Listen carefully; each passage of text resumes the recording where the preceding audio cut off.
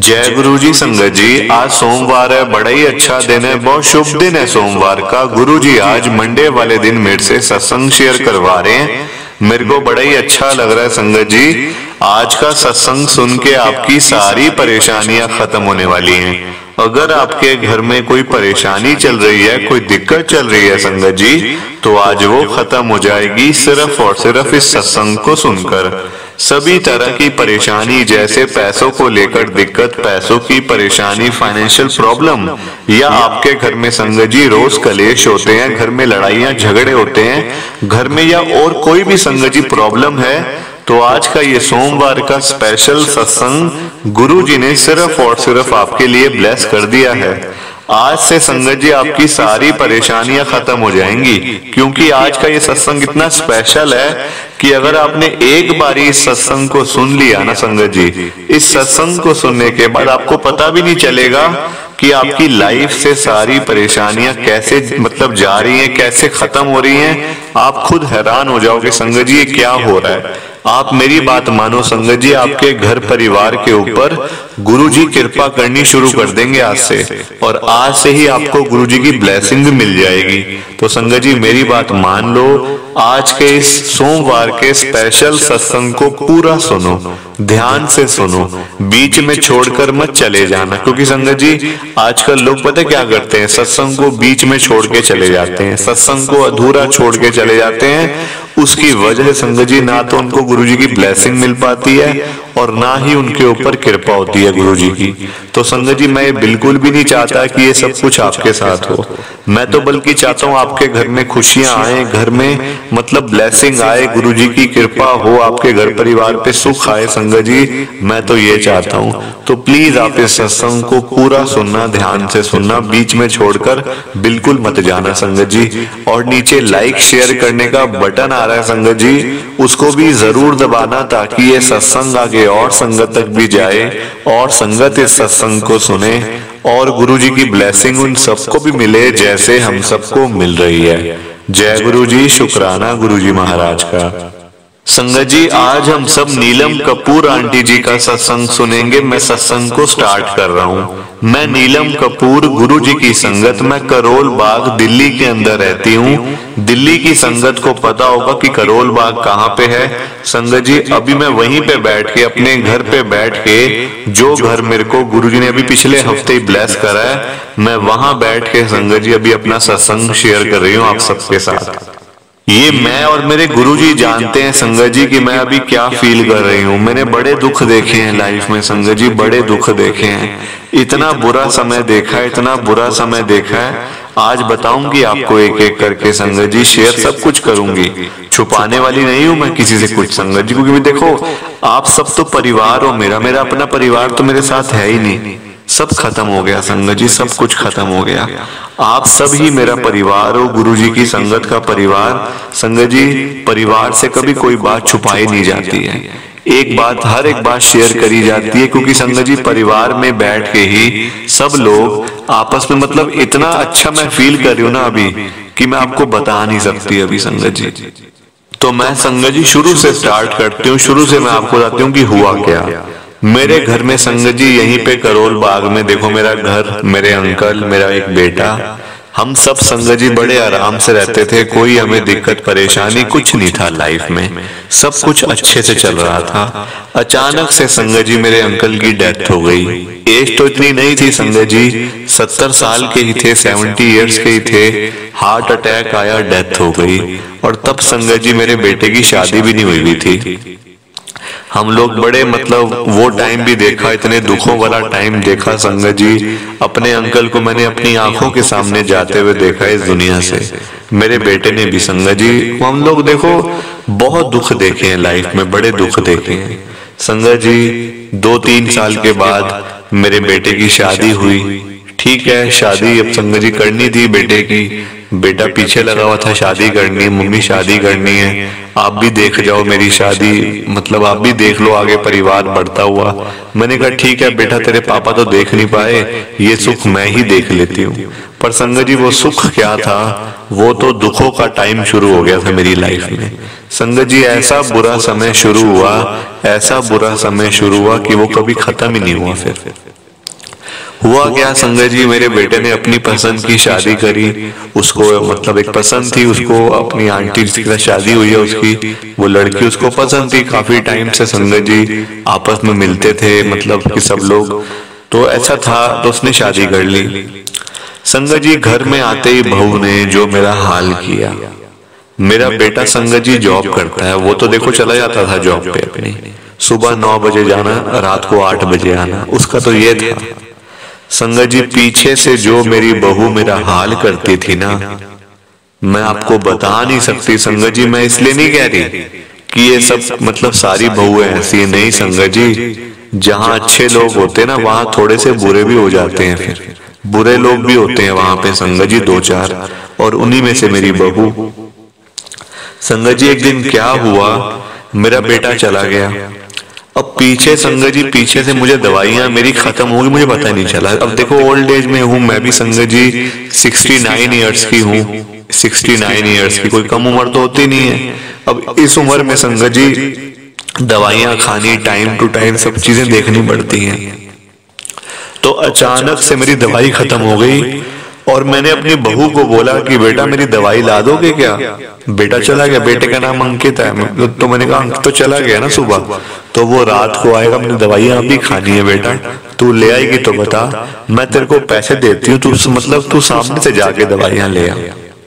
संगत जी मेरी बहू ने पता है क्या कहा, जा जा, मैं तेरे को यहाँ दवाइयां देने के लिए नहीं आई हुई, तेरे को मैं यहाँ पे दवाइयां खिलाने के लिए नहीं आई हुई, अपने बेटे को कहियो दवाइयां खानी है कि क्या खाना है।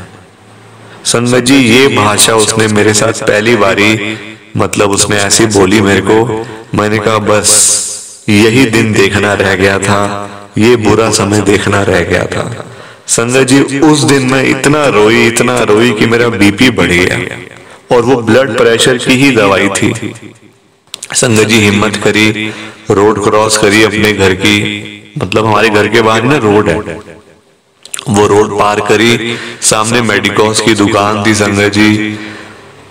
मतलब उठते बैठते संगत जी गिरते हुए मैं वहां पे गई हूँ, दवाइयां ली अपनी। वो दुकानदार भी मुझे बोल रहा था, माता जी आप तो कभी दिखाई भी नहीं देते हो, आप तो घर के अंदर ही रहते हो, आप कैसे आज आ गए। मैंने कहा बस ये टाइम ऐसा है कि अपनी दवाइयां लेने के लिए खुद ही आना पड़ रहा है इस उम्र में भी।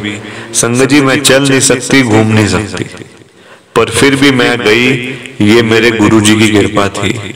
गुरुजी मुझे अपने पास बुला रहे थे गुरुजी संगत जी, पर मैं आनाकानी कर रही थी, जाने से मना कर रही थी। बस संगत जी मेरी लाइफ में यही चल रहा था। रात को जब मेरा बेटा आया ना, तो मैंने उसको मतलब ये बताया कि देख तेरी बहू ऐसे बोलती है मुझे आने से, वो बल्कि मेरे ऊपर ही संगत जी, मतलब वो बल्कि मुझे गुस्सा कर रहा है, अपनी बहू को वो कुछ भी नहीं कह रहा, जबकि मैंने उसकी बहू को कुछ भी नहीं कहा संगत जी। वो मुझे कह रहा है बल्कि कि उसकी क्या गलती है, आप दवाइयां आपको देखना चाहिए ना कि दवाइयां खत्म हो तो पहले से मंगवा के रखो, क्यों ऐसे बेकार में तंग कर रहे हो, घर के और भी काम होते हैं, वो करेगी कि आपकी दवाइयां लेकर आएगी। संगत जी बेटा भी साथ में मिल गया, और फिर से संगत जी वहीं से मतलब वो दिन शुरू हो गए, मेरे दुख का समय शुरू हो गया, बुरा समय शुरू हो गया। संगत जी ऐसा टाइम शुरू हुआ कि रोज मैं रोती थी, रोज मैं गुरुजी महाराज के सामने, स्वरूप के सामने बैठ के संगत जी मैं घंटों घंटे रोती रहती थी कि गुरुजी मेरे को आजाद करो आप यहाँ से, मुझे नहीं जीना, मुझे अपने अंकल के पास जाना है, गुरुजी मेरे को यहाँ से आप ले जाओ, मैं यहाँ नहीं रहना चाहती। संगत जी मैंने अपने बेटे को बड़ी बार बोला कि बेटा मुझे गुरुजी के बड़े मंदिर ले जा, गुरुजी के बड़े मंदिर ले जा। संगत जी कभी कहता कल जाएंगे, कभी कहता परसों जाएंगे। संगत जी मैं जानती तो सब थी कि वो आनाकानी कर रहा है, मुझे मना कर रहा है एक तरीके से, क्योंकि टैक्सी पैसा लगता है ना, मैं ऐसे जा नहीं सकती, अगर हम टैक्सी करें तो उस पर पैसा लगता है। मैंने संजय जी उसको ये भी बोल दिया फिर एक दिन कि बेटा टैक्सी का सारा खर्चा मैं दूंगी आने जाने का, तू मुझे ले चल, बस एक बारी बहू को भी साथ ले चल, वो भी दर्शन कराएगी, वो भी देखाएगी गुरुजी का बड़ा मंदिर। तो वो मुझे पता क्या कहता आगे से, संजय जी आप हैरान हो जाओगे बात सुन के, जब मैंने उसको 3-4 बार ऐसे बोल दिया ना कि तू मुझे ले चल बेटा ले चल, तो वो मुझे आगे से कहता है मम्मी ये हमारी उम्र क्या मंदिरों में जाने वाली है, आप ही जाओ मंदिरों में घंटियां बजाओ बैठ के। संजय जी ये मुझे कहता है मेरा अपना बेटा जिसको मैंने जन्म दिया, जिसको मैंने संजय जी पाला पोसा, इतना बड़ा किया, पढ़ाया लिखाया, अपना पेट काट के बच्चे को खिलाया, और ये मिल रहा है संजय जी, ये मिल रहा है आज।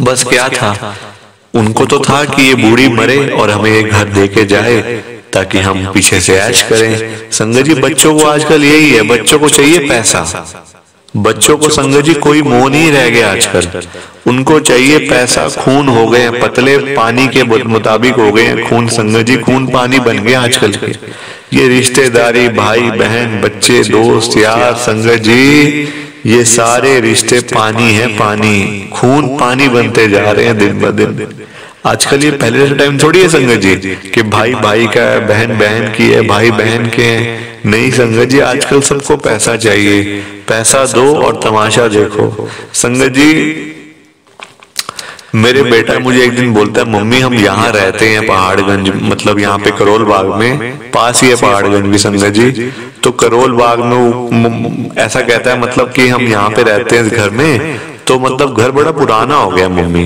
तो हम क्या मतलब इस घर को हम चेंज कर ले, कहीं और चले जाएं।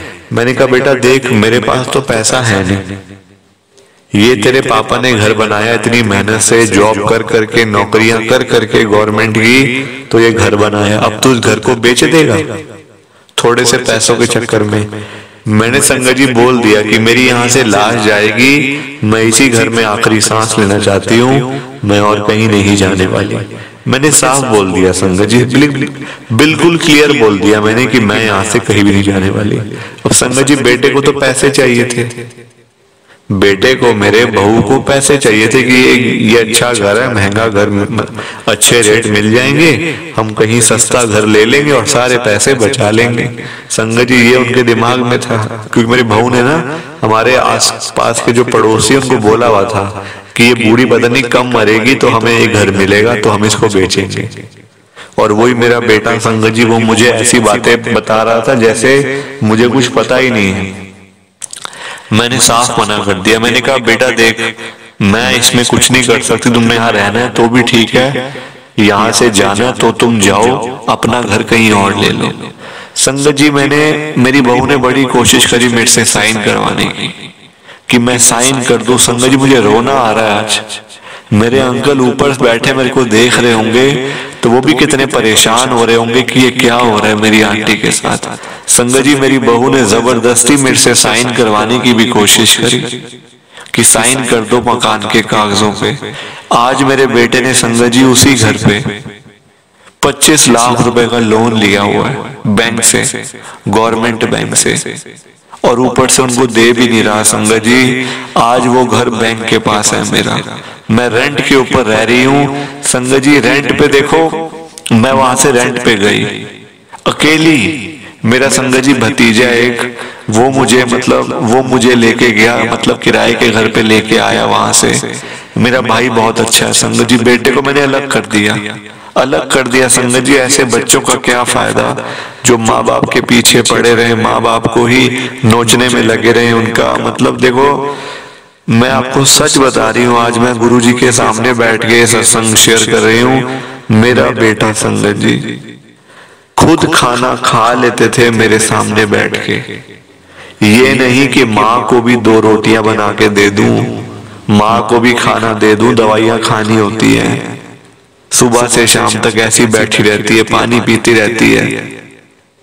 संजय जी ऐसे बच्चे आजकल के देख देख के टाइम, संजय जी मेरे को तो बड़ा रोना आता है। मैं तो गुरुजी को एक ही बात बोलती हूँ, गुरुजी क्या आपने मेरे को ये दिन भी दिखाने थे? इतना बुरा समय क्या मैंने देखना था गुरुजी? क्यों मुझे दिखा रहे हो आप? मुझे लेके क्यों नहीं जाते? लेकर क्यों नहीं जाते गुरुजी, लेकर क्यों नहीं जाते। संगत जी, जब मेरा बेटा मेरे से अलग हो रहा था ना, तो मैंने उसको बोला था, बेटा देख, ये तू जो कर रहा है ना, तो मतलब कि तू ये ठीक नहीं कर रहा। तू अपनी माँ को इतना तंग कर रहा है, परेशान कर रहा है, दुखी तूने करके रखा हुआ है मुझे। संगत जी, मेरा बेटा पता क्या बोलता है आगे से, तेरी जैसी माँ तो होनी नहीं चाहिए कभी जिंदगी में, इससे बढ़िया तो मैं अनाथ ही होता। संगत जी, ऐसे बोलता है मुझे मेरा बेटा, सिर्फ पैसों के पीछे, सिर्फ मकान के पीछे।